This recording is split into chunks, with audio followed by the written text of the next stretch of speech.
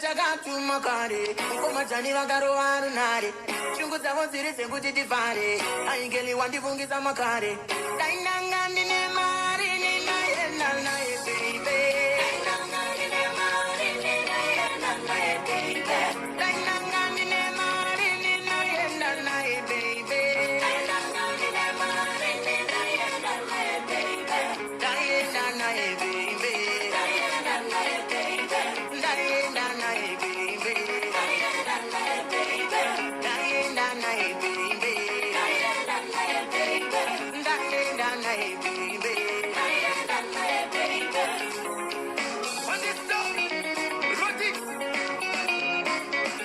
right on watch you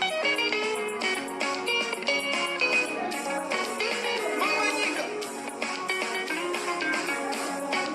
Jesus Runda feva usingate kunyengerera Usibate baby ndinonda kupemberera Takanyura murudo tichita zokusendekera Rudo ruchiita meshanje vataonerera Ndati rudo rune flavor usingate kunyengerera Usibate baby ndinonda kupemberera Takanyura murudo tichita zokusendekera Rudo ruchiita meshanje vataonerera Ndati ndiwe wangu ndiwerure Wakachenjera senengure Uyati pinde mumambure Tichite penyura rudo se gitare Iwe ndiwe wangu ndiwerure Wakachenjera senengure Uyati pinde mumambure Tichite penyura rudo se gitare Dainanga ndine mari ninaenda naye beibe Dainanga ndine mari ninaenda naye beibe Dainanga ndine mari ninaenda naye beibe Dainanga ndine mari ninaenda naye beibe Dainanga naye beibe Dainanga naye beibe Dainanga naye beibe Dainanga naye beibe Dainanga naye beibe Dainanga naye beibe Dainanga naye beibe Dainanga naye beibe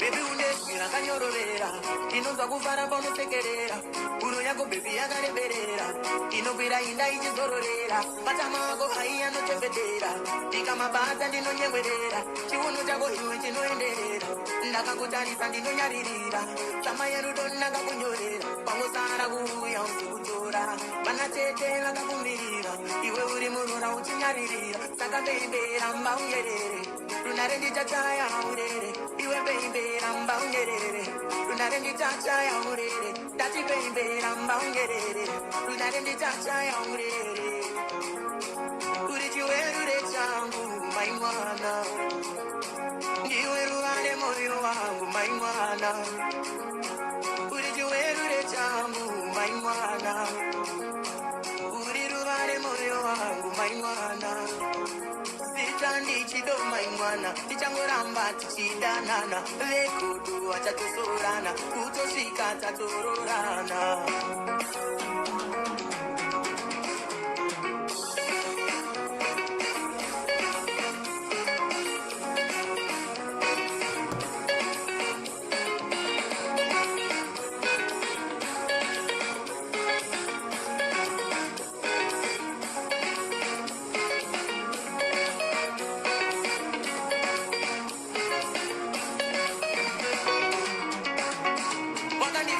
Moyo teki teki ndichakutera ndinewe teki teki ndinokuda pacho kwandi ndo mistake panakana mumwandoita overtake moyo wako shuwa never break ndidi kukukonzeresa hatataki takakuda ubvira uri mudiki kana tinase yavadingite wiki tovaviringa veshanje ndo mapeki tovambaya nepfumo pane yavo seki tane mari tonoguta kwamereki kurakidza pati mirandise jeki tine mari ninaenda naye baby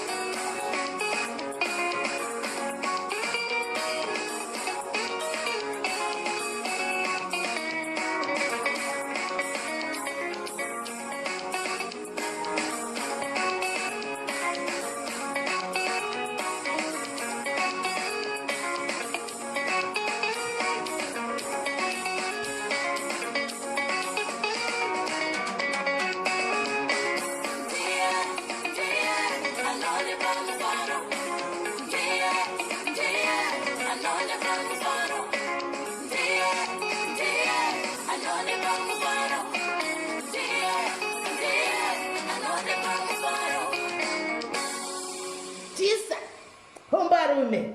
Right, makadiko maswera sei manheru mamuka sei kumatima nenyika nchiti aiwa ngatisaungane zvakare pachirongwa chechishanu nhasi kudai so handitika paSisimelis Diaries nedzinopisa nedzinonakidza nedzinochemedza nedzinotihlisa zvose tinenge tingosangana pano handitika Dumelang ninjani sandibonani matserano abudi ehe chiti aiwa ka pano sikona la namhlanje sifuna ukuthi sizwe ukuthi indaba leziyana ezenzekalayo outside there kwenzekalani vele emhlabeni siphila kanjani vele thina. Right guys, thank you very much. Nyaya muri kuzathi thina yena simzara nasi anditika thina two parties baba nemwana anditika baba ne ex should I call takati ngoti ex ne ex yavo guys muita mchidedzera vamwe itai mchidedza vamwe muchishare zvakare live muchidedza vamwe muchishare vamwe baba nemwana handitika mwana apparently mai vari kuti baba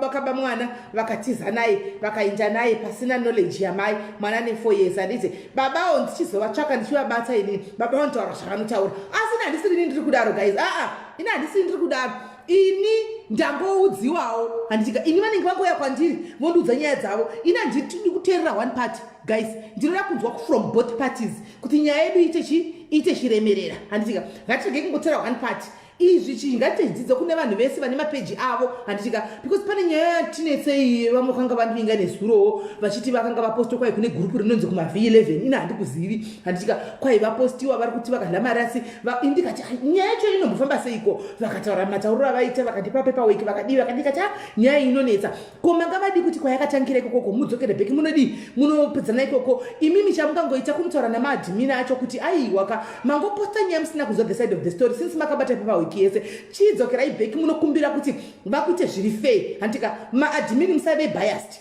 inzwai both sides please chikumbiro ichi handi inzwai both sides batai uku monzwa uku nokuti mukamhanyira kuposta munhu munozokuvigirai maV11 hamukwanisi zvakari kudzokera bheki kuti munotaura nyaya yekuti aiwa takazita mistake paya munongosiya zvakadaro apa matanisha zita remunhu apa munhu matobita dhendi handiti mazviona munhu anenge asina chakanganisa nyaya munenge musina kuinzwa ende ukatarisa pane nyaya dzakadaro dzinoitika panotukwa munhu anenge achinzi akaba kana takaita scam handitika munhu iyeye vari kutuka vachi vazhinjika vanhu vasingatombozivi nezvinenge zvichitaurika ipapo vasingatombozivi kuti nyaya dziri kubva nekupi dzichienda nekupi vanenge vari number 1 kutuka munhu achapuhwa mukana wekuti ataure side of the story bataika both sides nai maadhimini mobata uku munatsinzwa nyaya sezvairi handika kana zvichiita vouya vose pakamera monzwa uku ndokuti nyaya yenyu inyatsobuda zvakanaka zvino mukabata one sided chete you're not being fair maadhimini angu abi angu handitiri maadhimini kaifu tine chikunda chitakapuwa naZuckerberg handiti ndizvo ngatiite fair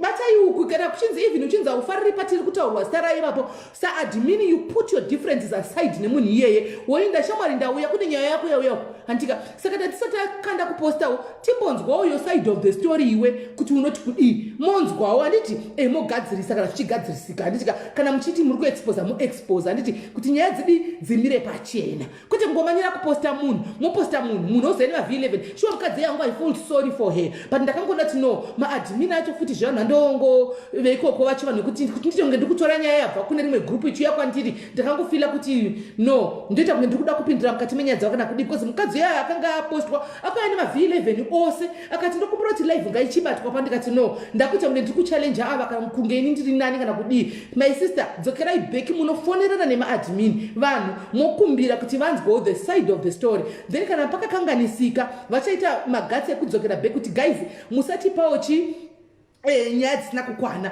handiti mazviona saka ndozvandangotidiwo tionesane ina ndisi kuudza zvekuita inangoti ningopadarikawo ipapo ndingodarikawo ndichingopataura handiti maona nekuti truth breaks no friendship handiti ndizvozvo ndo matauriro amunenge muchingotiitawo kwamunenge muchingotaurawo saka ini ndongotaurawo pamadiaries handiti vanhu vacho ndo vamwe chete kuti zvingobudawo zvakanaka nemiwo madiaries ndimi muri kumagrupu ese zvakare musakurumidza kungotuka munhu musati manzwa nyaya sezvairi dhimandai kuti nyaya dziuye dziri 2 so nyaya dzifambe dzose kudai ichi chigumwe ichi nechichichi zvofamba zvose zvakadai so munyatsonzwisisa nyaya sezvairi then mozoita judgment yenyu ndikuti muchamhanyira kutuka musina kunzwa the other party yozouya the other party zvodana pamwe handimaona hamuzogoni futi kuti mutata takurumidza kujaja sori ofuti zvinhu zvisina kumira zvakanaka ti vanhu vakuru handiti tichida kungotambe zvakanaka tigadzirisa pasinawo pasina mira zvakanaka tigadzirisa tichididi chokwadi denda ndapiwa nyaya inini nemunin'ina wangu wauya nenyaya yakandipaosho iye mwana iyi lucky enough ndangoti hama inini ini nyaya yenyuka ndokumbirawo nhamba dzababa handiti ndokundipawo nhamba dzababa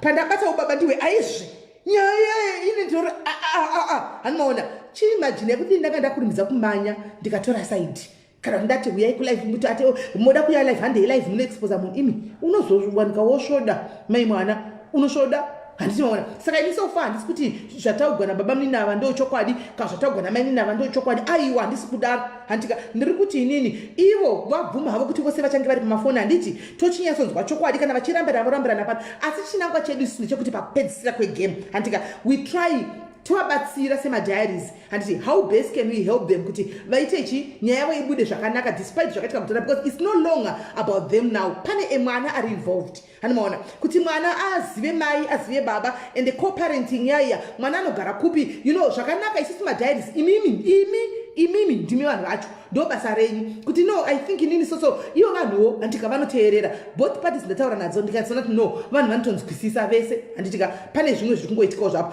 though kwazoda kuti andimunozati kuno mwana kwachiziva mafamily kwazouyawo vamwewo vachiuyawo nemaside of the story akasiyana-siyana achididi but inangu ndangoverengawo ndapiwa kuwhatsapp ndikangoti zvakanakai inangu handizvizivi handingadi kutora saidi zvo zvakadzikadzika zviri dhipu zvamubama vanhu ina handinei nazvo isi yatitongoda kudzirana nayo ndiye mwana iyi tongogumira ipapo titangira ipapo handiti zvo zvakawanda aiwa ini kuti zviri kuitika kumba kwavanhu ini vanhu vese ava ina handitovazivi ende handinei nazvo handimaona ishi yangu ndeye mwana zvezvimwe ina handinei nazvo handiti maona saka chikumbirisa ndongoita kumadhimini pano kuti batai both sides kuti nyaya ifambe zvakanaka musangopisa munhu one musati manzwa kuti rimwe side rinoti kudii side rimwe rinoti rinozokuvigirai mavh11 taichawo ari strong ende takuita kunge of course yes tiri vanhu toita mistakes handimaona but chingodhimandai kuti mavh11 adi abude both sides kana mukatoshaya one party beta muregei kuita live yacho kana kuti kuposta because zvinozonetsa mangwana munopesera makuta kunge makupinzwa munyaya dze trust me ndozviziva izvi kumvenge unopesera kuti kunge ndori kunyorera nyaya idzi kana kunge uri kushandisa kana kunge uri kutora side izvo nengosina kana waunotoziva ipapo haunoona ungozvitoziva ipapo wamhanyira kungoposta because wapuwa nyaya hauna kuverify the other side guys I've been there done that I know exactly what I'm talking about right so guys tichatapinza ningirikiri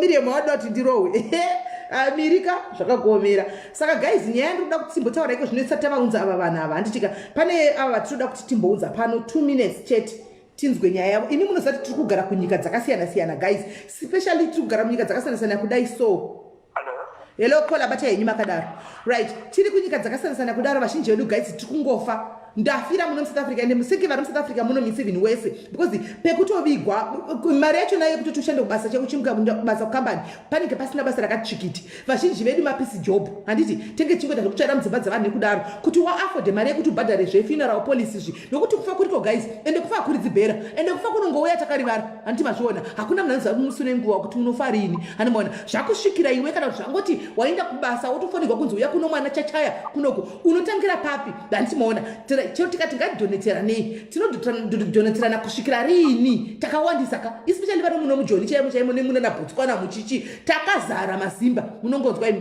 tinosvika kupi saka indanhasi ndauya neangelic funeral parlour handitika tinongova patemu yavo kuti vane policy yavanayo kwatiri mazimbabweans anti especially mazimbabweans ari muno musadc countries muno muafrica mese handimaona kuti tinzwa kuti vane services dzavo dzavanadzo dzavari kupa maforeigners isu maziforeigners isusu kunyika dzakasiyana-siyana vane funeral policy vane cover iyoyi nehameno zvatichavanzwa kuti vanoti kudii handimaona tinzwawo kuti how best can we do it zvinoenderana nemari yedu tobhadhira sei zvinofamba sei ndikanzi ndafa nhasi ini ndojoina kupi chii chinoitika handiti because kufa chokwadika tingazviramba but ndozviriko handimaona makadii zvenyanjadzi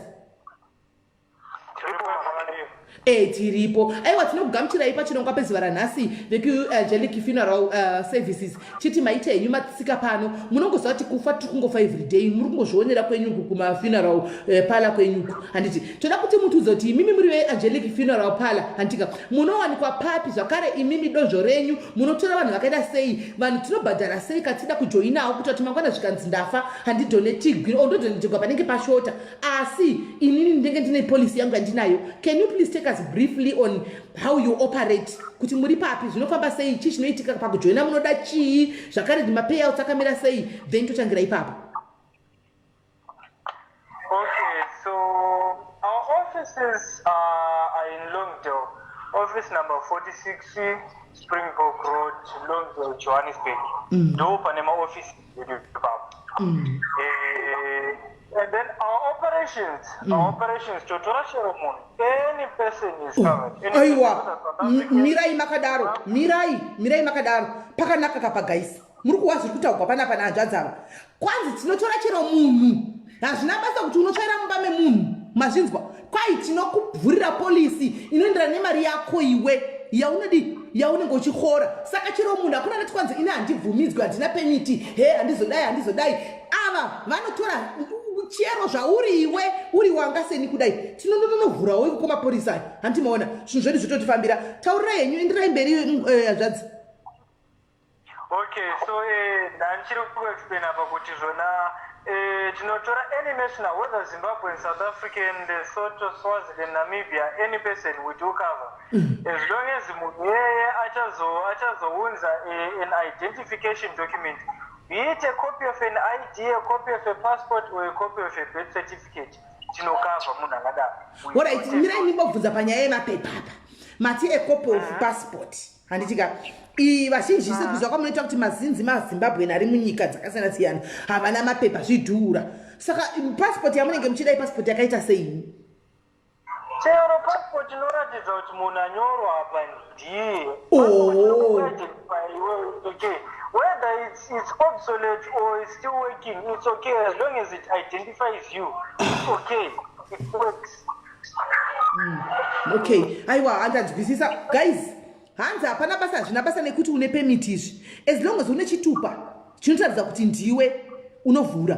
Hazvina basa kuti una mapepa chaiwo akakwana. Handika ekuti kwai permit iya kana kuti chii. As long as uchingorina chinhu chotaridza kuti iwe wacho unoda kuvhura. Permit inonzi policy iyi ndiwe wacho chete vanotokuvhurira. Ko zvino birth certificate ndinenge takasiya kuZimbabwe ndodii?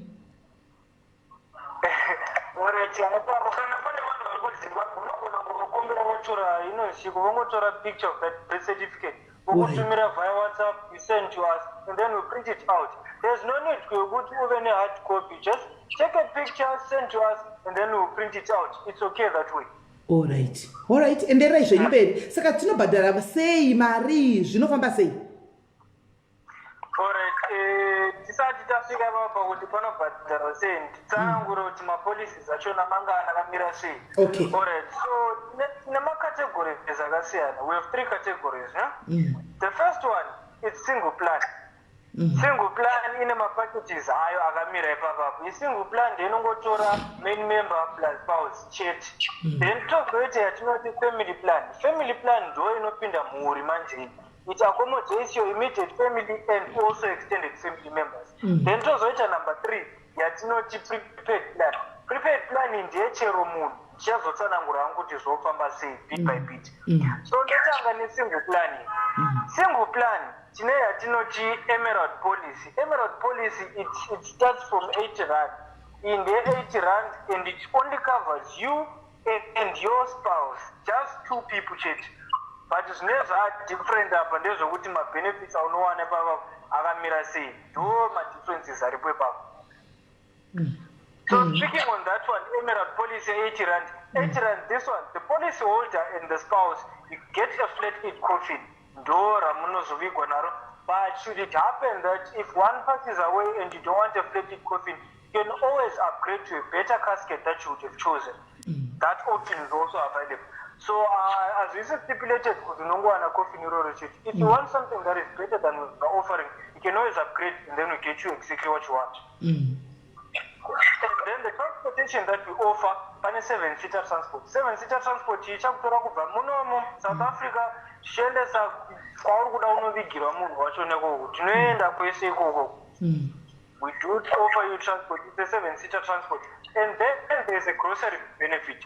Grocery benefit, it comes whenever you claim grocery benefit rinenge riripo, then grocery benefit rinoenderana nepolicy yaunenge wachuza or package yaunenge wachuza. Hapana ani yese magrocery achona zvinenge zvichidependa nekuti wachuza policy yachona. And then also another thing, when you claim, we give you airtime and electricity voucher. Paunenge wakuzoclaima kana uchida iri mari hausi kuda airtime yacho neelectricity yoyo, kana uchida iri mari you can give us cash. Each of these vouchers is worth 200 rand. So kana uchida iri cash nongokupa 200 rand ye-airtime, 200 rand ye-electricity voucher, that's 400 rand we give you. Kana uchida ari ma-vouchers, we just give you ari ma-vouchers. And then also, if it happens kuti main member yachona yakavhura policy yazoshaika, zvatinoita ndezvekuti we give that family a grocery voucher of 1,000 rand for the 3 months from the day panenge pashaika munhu. 3 months after claiming tinechikupai grocery re 1,000 rand. Apa nchiu 3 months apera tinenge tisingasakupei grocery re. So that's policy number 1 yachona Emerald policy ye 80 rand. Iyi ndiye 80 rand. Then chimwe chinhu chandandasiya, waiting period is for 6 months. 6 months waiting period. Usati waklema pasati paitika zvese zvaitika izvi, unofanira kumira 6 months. Tozokwanisa kuti tokava kana paita munhu anenge ashayika, you can cover from there. So that's policy number 1. And then moving on to policy number 2, we call it Sapphire policy. Iyi ndiye 130 rand. Dzese dzangofanira masingle plan is just for cover main member nespouse chete. It's for 2 people only. Single plan. So Sapphire policy is 130 rand per month. Waiting period is also 6 months. In my packages, we give you a flat lid coffin for the main member and also spouse. An upgrade plan is also available. If you ever feel like you want to upgrade the coffin that we're giving you, you can always upgrade to a better one. And then transportation that is offered, we give you a 7-seater transport. Kana uri kuZimbabwe, kana uchenda kune dzimwe nyika tinongokupa same transport you 7-seater. And then grocery benefit is also there. Airtime and electricity voucher is also there. And then apa zvataedzera tinoisa iya tinoti coffin spray. Coffin spray maflowers akanaka nakanongoiswa pamusoro pekofina aya under package number 2 hautenge tinotokupa. It's part of the package kana wachuza package yote. So we give you coffin spray. That's the added benefit iripo pa policy number 3. And then we go on to policy number 3 yatinoti Ruby policy. Ruby policy ndiye 180 rand per month. Chazvanakira manje from policy number 3 to policy number 4, waiting period yaye 3 months. Muchamira 6 months dzedze dziripo from policy number 1 to policy number 2. No. Waiting period yaye 3 months. Saka my payments is 180 rand per month. And then transportation yatinokupai transport inenge iri quantum 15-seater quantum ichabva nevanhu vane vari kunoku ichivaendesa kwavanenge vachinovigira.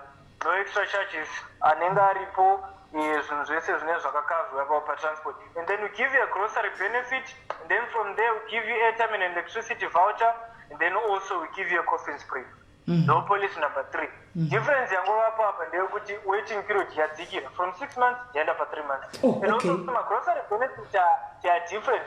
Policy number 1 ine grocery yayo, policy number 2 ine grocery yayo, policy number 3 ine grocery yayo. Same goes for policy number 4.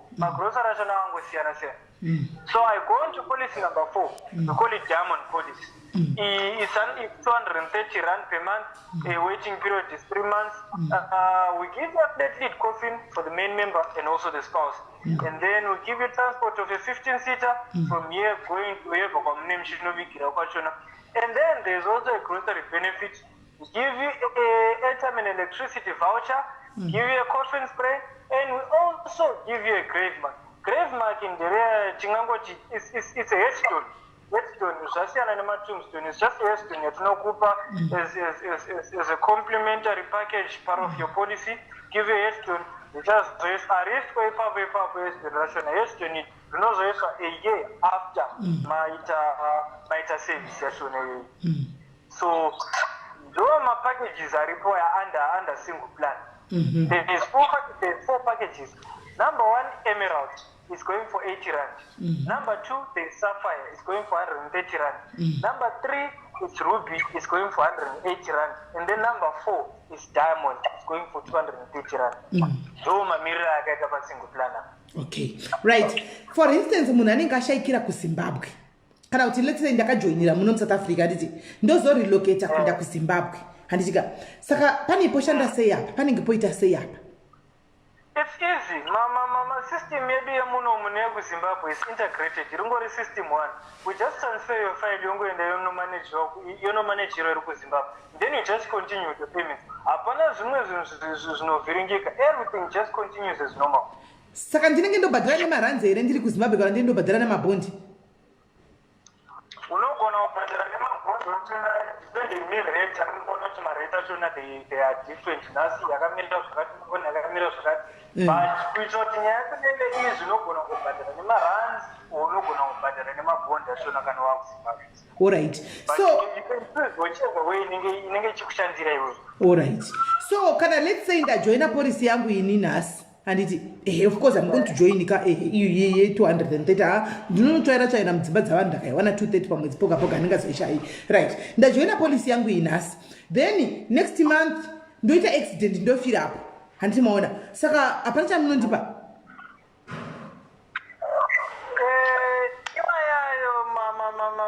Accidents kana wangu joina reganisa satikana mutemo unoti kana iri accident it covers from 3 months going upwards. So kana wangu kanto wasisa 3 months it shows as a company there is nothing we can do nekuti wanga usati wasisa 3 months that is stipulated by the underwriter. Unofana kutanga wasisa 3 months and then we can cover for zvinhu zvakaita sema accidental deaths. Kana accident mugwagwa can afford the 3 months of this we can cover. But can also treat the 3 months of this. So there's nothing we can do. All right. And then kuZimbabwe kwacha maoffice zenyani wanikwa kupi nekupi muri kumatown api? For now tine office iri muBulawayo hatisati tanyatsotekeshera kune mamwe town. For now we just have an office in Bulawayo iri paFidelity Center. No patiri for now, but the same goes on. Chazovhura mabranch isakwese kukwamuri koko. All right. Asi guys zimbonzwa hii chero chinzwa kudi 6 months akuna nombofa pa 6 months apa guys. Munoza time flies. 6 months yakutokucover. Iyi yataugwe safia yekupesira yekutanga iyi. Hanimaona. Hapana mna nombofa pa 6 months apa guys. Kungota kubhadhara 80 rand yako izvozvo. So within 6 months any time flies atidi kunyeperana guys. 6 months chikanchacha 80 rand guys. Chinzo kuti wabhadhara 80 rand, just 80 rand. Andiziva kuma pounds kana kuchi kuti kuda 20 pounds here kana kuti 80 rand futi is less than 10 pounds. And amene ipapa uri kubhadhara ma 80 rand ako mukamaverenga ma 8 aya times 6. Mukasha imari 80 by times 6 ipapa mukaverenga kana mune phone yenyu.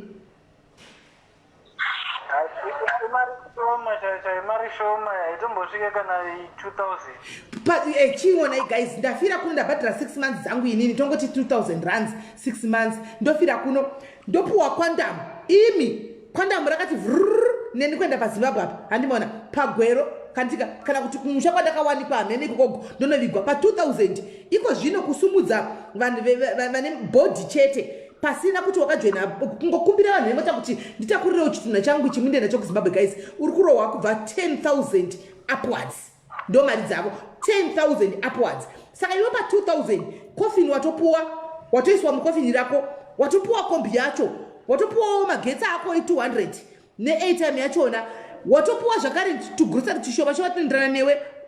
But guys, let's be fair. Atidi kunyeperana. Hakuna katarisara kufamba within 6 months up. Hapana. Maybe batingangoti hedu tingokumbira kuti vangoti review bijana. Ndepapa kuti kana ndakaita accident because ndini singazi kuti ndichaita accident. Mukarana dadiyo ndangoitawo accident ndarovegwa nditori right futi ndofa I think pakadaro kana ndangovewo member maybe kuda hanzvadzi ngambonogara pasi munyatsa kumbonoongorora kuti wangoitawo accident achibuda mugedhe make watsikwa nemota uchu tingamuitawo sei asi the fact yekuti anga ari munhu wedu ingachero magrupu tinodoneterana 1 kana munhu akaiwaita accident kudai apo ndo patingakukumbira but zvimwe zvese guys ka ini kwandiri ka perfect very perfect 6 months uchibhadhara 80 rand yako hopo coffin rako reflate and hai nichandakadza panyaya dzemakofini idzi guys ka kufa mukofini reflate mukasikedi tongoti kuita mapiece job kuvigwa chero usina kunda nerupasa handika chero wapo iro reflate iri unongoindawo kana wakati mbijana wopinda mu120 mu130 mataugwa mu guys hopo zvekofini rako rakangoti handitika kuitira mavaivaya handiti wotoinda still imari shoma handika kotire 230 iri watopinda mukasket kawo watovemo mukasket imomo unozoora kwasinoti nonokei handiti maona wopinda mukasket umu wotopuwazve namagrosari acho zvese zvinhu zvako wotoinda imari yekuti South Africa chako guys ka ukashanda iko zvino vari kuningirira vari kushanda mudzimba dzevanhu busy job yepaday anobhadharwa 200 saka 200 ukangoshanda 1 day ungosvika 1 day ndakubhadhara iyo 230 pamwedzi kuti upuwe kaskedi iroro unodovigwa nekaskedi guys kaskedi harisira wafumi mazvinzwa tinokwana tise kaskedi ikoko kohoita yekupedzisira iyi yataugwa iyi ye200 matichi hanzvadzi 260 aiwa uko ndokwenyuka ini masirei queen 208 ndokwenyu masirei queen kauko handika mobhadhara 280 yenyu pamwedzi ingori 300 mapepa matatu ayo handika mongomeka shoti wagadzirisa wopindawo mukofini kuti kana katouyawo kuti aiwa zvakarongeka handimaona zvanga zvakarongeka vaitochena vasati vafava chero izvozvi vangoenda nekofini ravo rakagadzika rakangonakanaka handimaona votodi motoindiswa kuchi 15 sita nesuwo vana sisimeli tokwana mukombi totoindawo handimaona kunoviga mumwe wedu handimazviona kana korona yapera tutoti takainda makabeji edu totopuwa zvese zvatinotopuwa saka grosari ramunenge muchipa mimi pa 260 ndo pandafarira ini pakuti ndirisilei queen ndoda kupinda mu 260 saka grosari racho ndikafa ini munovapa chiva na grocery reapa pa 230 tinovapa grocery that is worth 600 rand mune makuchuza kuti muri kuda riri grocery tokutengerai kana kuti mune muchingoda iri mari yega iyoyo so it's up to you kuti motiza kuda iri mari kana tokutengerai iri grocery but it's worth 600 rand grocery racho. Okay, right. Saka hanzi unochichuzira. Okay, pane munhu atiti simeli put a disclaimer because vanogona kuve vari bogus. Okay, guys. I'll give you the link of their website. You go there. For your own information, let me I'm just so happy to announce this. Kuti ndini brand ambassador we company Angelique. So atina kusaina ma contract. Tisina kuona kuti zvinhu zvavo zviri legit. Aiwa, vanhu vari legit. Zvachose very much legit. Handi maona. Ine ma directors maviri, umwe uri kuchando uko, umwe uri muno. Handika paperwork yose tikakumbira kuona paperwork. Handi munoziva kuti zvinhu zvakadai zvikadai toda kuti uite face yemakambani amakofi nayo. Unoda kuona paperwork yakakwana. Ndikaona zve paperwork yose yakati kwa yakakwana iripo. Izvozvi contract yakaenda kuma lawyers. Yainda kuma lawyers ndoya ndakamirira kuti idzoke kuti tione kuti zvatakawirirana ndizvo here ndosainawo kayo signature yangu chembere ndobuda ndiripo kuma coffee kokoko handimaona tichitomeka sure kuti tikutofamba pamwe chete saka they are not bogus guys. I think in the team, including one certain lawyer who verified their papers, who verified unfortunately, boys, messages. Unfortunately, boys, I don't know why it did not come to me first because I was approached by this company anyway. We could ask the apart and could fire naimi. Nesuro, Angelique, Vakandivinga, Fikira Pera, Diti, but if I couldn't Fikira Pera, Dog Vandaving one name yards.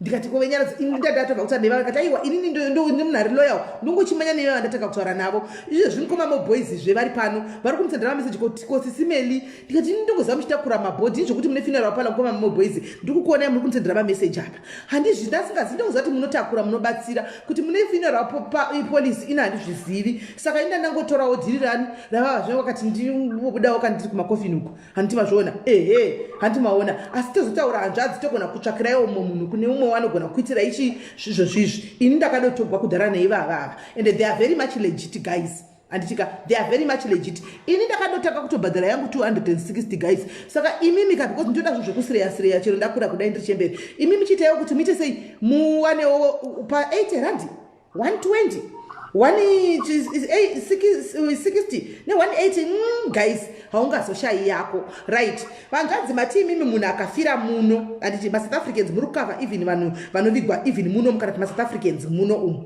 handiti right saka masouth africans mimi munenge muchida chii nechii kana kumalawi nokuti makati imimi munoenda kumasadic countries ese including malawi namibia kupi kokoko saka kana munhu achiya kuzojoina kwenyu kokoko mave nemaoffices kwese here kuna namibia botswana malawi kupi zvinofamba sei? For now headquarters yedu iri muSouth Africa, Johannesburg, ndo kune headquarters yedu, and then another branches in Bulawayo.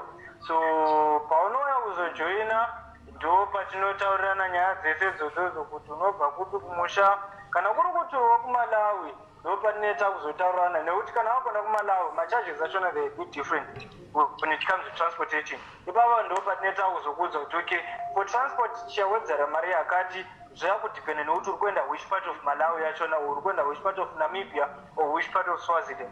Ndo pane pakusiyana maprices achona. But policy yako inenge ringoriyo iyi mari dzatataura idzi kuti ndo dzine dzichajwa. It's either 80 rand, 130, 180, 230 unenge uchichuza yawada yayo. But for transportation kana takucrossa mabhodha takunda kune dzimwe nyika idro ndo patinoita kuti macharges achona akamira sei. Alright. Saka asi pane mubvunzo uri kubvunzwa nevanhu panapa. Kwanzi izvo kana ndikazofa after 20 years ndichingobhadhara mongondipawo grocery 600 iroro kana kuti pane zvimwe zvinozoitwa? Alright, pane chinhu chandandisina kutaura chandazosirira panapa. Tine option ye cashback. Every time after 4 years kana uri claim free tinokupa 50% of ma premiums awabhadhara. Cashback 50% okupa inenge iri cashback. Okay. And then paunosuya maybe wazoshaikirwa after 20 years zachona dzodzo. There's also another option. You can either claim arima services or claim iri mari. So it will be up to you kuti uruda ma services kana uruda mari. Kana uchida mari pamari yacho kuenderana nepolisi yanga wajoina kana uchida arima services zvinongokupawo ma services. Zvinenge zvakwa uri kuda chicha zvishazvo. Okay. All right. Saka matima save ma cashback ndinopo after how long? After 4 years kana usina kuclaim. 4 years without claiming tinokupa 50% cashback of my premiums awabhadhara for those 4 years. Okay. Saka guarantee yamungatipa imi yekuti in the next 30 years ndichiri kungongenga kai ndichiri kungoramba ndichingoenda mberi nebhorasa ndofa. In the next 30 years ndichiri pachena ndichiri ngobhadhara. Guarantee yamungandipe kuti company inenge ichiripo imi day. Chiripo company hapana kwainomboenda. Hapana kana kwainomboenda. Kwaingaenda kupi company. Mapepa ese aripo kana muchida kusearcha pa website munongosearcha everything is there. Company number is there. Munongoiona. Kana pangoita zvaitika zvamusina kunzwisisa munongoenda unoripota kumapurisa kuti pane company yakadai so iri kuita zvinhu zvatiri kuunderstand. Voinvestigate kuti kochii chiri kuitika. Company hapana kwairi kumboenda iripo. And is here to stay. Okay. All right. Saka let's say izvo zviso manzvadzi zvinhu zvacho zvekufa izvi zvongo amene zvazvinongoita so zvongotlisa zvokutaura sei ndo zvinhu zvinenge zvichitongovepo hatina kuti tingaita sei. Zvakakosha kana pane chinhu chakakosha pano pasika ndiyo nyaya yefuneral policy because chokwadika kufa kuriko right. Apart from funeral policy kune chimwe chinhu here chimwe chamamwe maservices amuno offer? Tine repatriation services. Repatriation services kuna avo vane vasina kujoina mapolisi ava unogona let's say washaikirwa hauna polisi. You can either contact us on WhatsApp, on our website, or on our Facebook pages. Uda kuti tikubatire basa rese kutora body from here kuendesa kwauruda kuti munhu anovigirwa. We do offer those services at very affordable prices. Zvinenge zvangodipenda nekuda kuenda kukwashona, but we offer everything. Repatriation services kana muri munomu tinoita removal yachona, toita tinoti embalming, toita body dressing, and then we do all the body preparations, coffining is also there, and we do all the documentations that are needed. Nokuti kana uchida kuti repatriate munhu anenge ashaika haungotore body weiendesa kwaruda kunovigirwa. No, there's documentation that must be done. Kuchada kuitwa yatinoti BI, pachazoda maburial order, pachada yatinoti death certificate. Mapepa ese atinogadzirira tinokuitira zvese izvozvo. So ndoma services atinooffer besides yekungoti tine policies. aiwa ndazvinzwisisa, aiwa ndanzwa zvese, handitika ndanzwa hedu zvese. handizi kuti chiripo chimwe chamunoda kuti muedhe here kana kuti musubtract, because company tainzwa guys, company iri kujobe kune vanoda, ende zvakare ndichazokupostira ichi madetails ese, monoda kuwebsite yavo monoona zvese. handitika ikoko kuwebsite monoona kuti zvechokwadi, kana pane chamunenge muchida kuzobvunza mogara mangondibata inini ndokupai nhamba dzavo, asi nenhamba nei ndakaisa then moinda. handitika so I'm seeing a lot of you guys muri kuti muri kuda kunzwa chi side mukoma more boys. No problem. What I'll do is ndichaizvoini contract ndisati ndaibata mumaoko. I think ndinganzi ndaburisha hangu contract so far. handimaona mukoma more boys se mumwe angachitakura zvithu panapa vachindisa kuZimbabwe. It won't hurt kuti tingonzwawo kuti ivo vakamira sei, then mozodi imi mozozvisarudzira muga kuti munoda kuita sei. inini pananda asi kana nichinge ndazongopfeka uniform yavo ava veAngelic Funerals, handimaona nekepesi yavo t-shirt iya, aiwa ndinenge sikasagoni kuti ndimakete imwe imi kana ndangobata contract mumaoko mangu niyadzoka, ndinenge sikasakwanisa kuti ndichitaura nezvemamwe mafuneral policies. munenge totongotsvaka umwe munhu pano ipage zvaro, totongotsvaga umwe munhu anoyachidi achitaura nezvazvo pano papage, but asiri inini in person, because vanozondisungisa futi vanhu ivava. handimaona veAngelic kuti ko iyaipi, handimaona. so ndinenge ndongotsvaga kana mukoma Masimba ndoti uyai panapa namukoma boys ndovaisa panapa, vouyawo voitawo interview yavo pano in the comment section, because indadove uku. handimaona mukoma boys vangu pasina vhera vakambotudza from the word go kuti chi vane company ita funeral parlor. tinongoziva vachiita zvokutora mabhodhi vachindisa kumusha, zvokuti unogona kujoina funeral service uchibhadharisa. inini handasingandozviziviwo, ndikuti handizivi kuti vanazvo here kana kuti havana. so far handina chandiri kuziva, tichazonzwana ivo kana vakudi kana vakuuya. handitika so hanzvadzi toda kutenda yenyu nekuchirongwa chamauya nacho pano kuti mutizivise, because chokwadika kana kuchinzi tingatadza hedu kudya nyama 1 week iyoyo kuti ndibhadhire kufaka zviri nani, because izvo tikanzi digi nemwana pano usina kana pekutangira hondo yacho uri kune mwe foreign land ai zvinonetsa. tikuzvionera izvozvi right now as I'm speaking to you.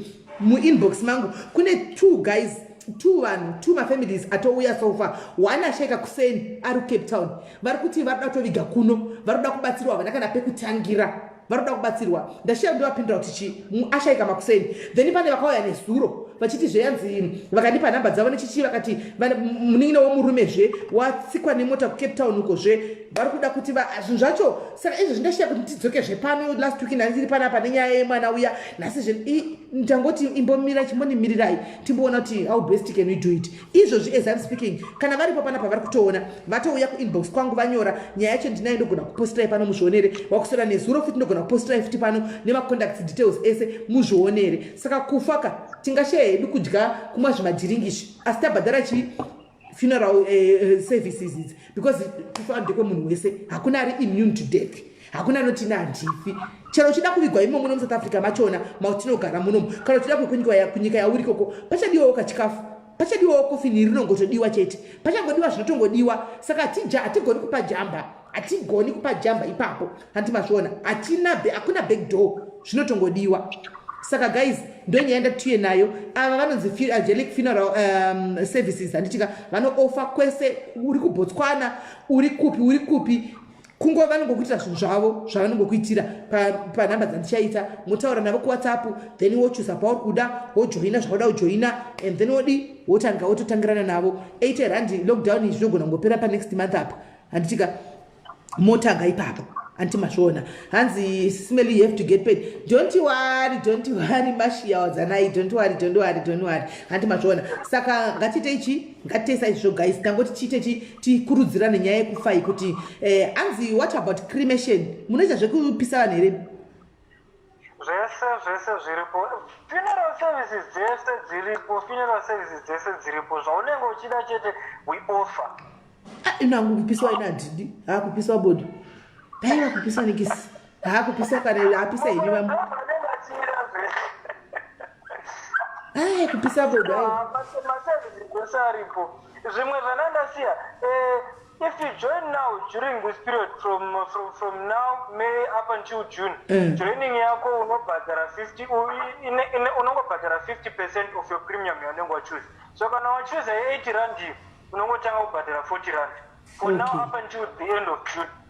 Up until the 30th of June unojoina ne 50% yepremium yako. 50% yepremium ndo yaunongobhadhara chii. So vanogona ngozvira kuti kana uchize 80 rand unongoyo ngotanga ne 40 rand autangi ne 80 rand iyo inenge yakanyorwa. Alright, mazvinzwa guys, anzoka joineko zvine zve 50 rand 50 rand yokukumbira mukoma masimba ava kana wakakumbira mashiya Brooks nditumirewo ndijoini anokupa 50 rand imari shoma stereki vanokupa ani mazviona vanokupa. So guys, ndo nyaya ndauya nayo iyi kuti muzvinzwire handiti mungonzwawo kuti pakamira sei. Handika kune vanenge vachiti hanzi izvo tatenga dhata tamirira nyaya regai ndikudzei ndichiti kana muchipane chinhu chakakosha chakadarika nyaya yamakamirira ndo rufu ndo chinhu chakanyanya kukosha. Nyaya haitizi, nyaya tichangoiunza pane chataurika. Handika asi information iri very important, you don't want to listen to it. Handika pozonzi paita dambudziko handiti takumhanya kuti saka tobatsira umwe wedu sei, but pazvaitaurwa kuti unzwisise kuti zviri kufamba sei munenge muchiti tinoda makuhwa, tikuda kuti vanhu venyaya vauye vedu ngatidzidzei kuti pano handitika nyaya dziri important. Iyi nyaya inyaya iri very important, inyaya inoda kuti vanhu vadzidziswe nezvayo. Nyaya dzemakuhwa, nyaya dziri kuitika muvanhu zvichiri zvevanhu vapenyu izvi, but kufa kungoriko. Handimaona ngatidzidzei kufamba negwara rakanaka, because inyaya hainzvengeki. Hakuna kudhisa backdoor kuti unovigwa neruchira kana kuti nechii. Hakuna guva rinoda ruchira, rinotongoda kofini. Handitika saka please ngatifambiranei pamwe chete. Handitika zvinhu zviri important izvi, this is a very very important information. Handitika very important information antimazviona. So yeah, maite yenyu hanzvadzi ndinoti thank you very much. Ndicharamba ndichingopostawo kuti vanhu vanoda information yenyu vawane kudi kuzokubatai vachitaura kuti vachijoinawo vanoda kujoina nekunzwisisa zvakawanda vozonzwisisawo kubva kwamuri. Hamene kuti ari pere mashoko amungada kuti rekupedzisira musati madona ino. For now ndofunga ndeizvo zvinongovaudza kuti aiwa joinai polisi pachiri nenguva. Vanhu ngavajoine, izvi ndozvo zvakatokosha izvi, ndozvo zvinodikanwa. Munozobhadhara mari dzachona dzawanda kana pazoitika zvaitika, but with the policy you know kuti you are guaranteed kuti hapana mama extras anongochabhadhara. So people should join, this is a very important thing. And ngavatojoina kudai so pachiri nepromotion yekungopinda ne50% chete of premium yaunenge wajoina. Maita basa hanzvadzi, thank you very much, God bless you. Tichangoramba tichingoona kuti vanhu vadii. Aiwa maita basa, tinokutendai.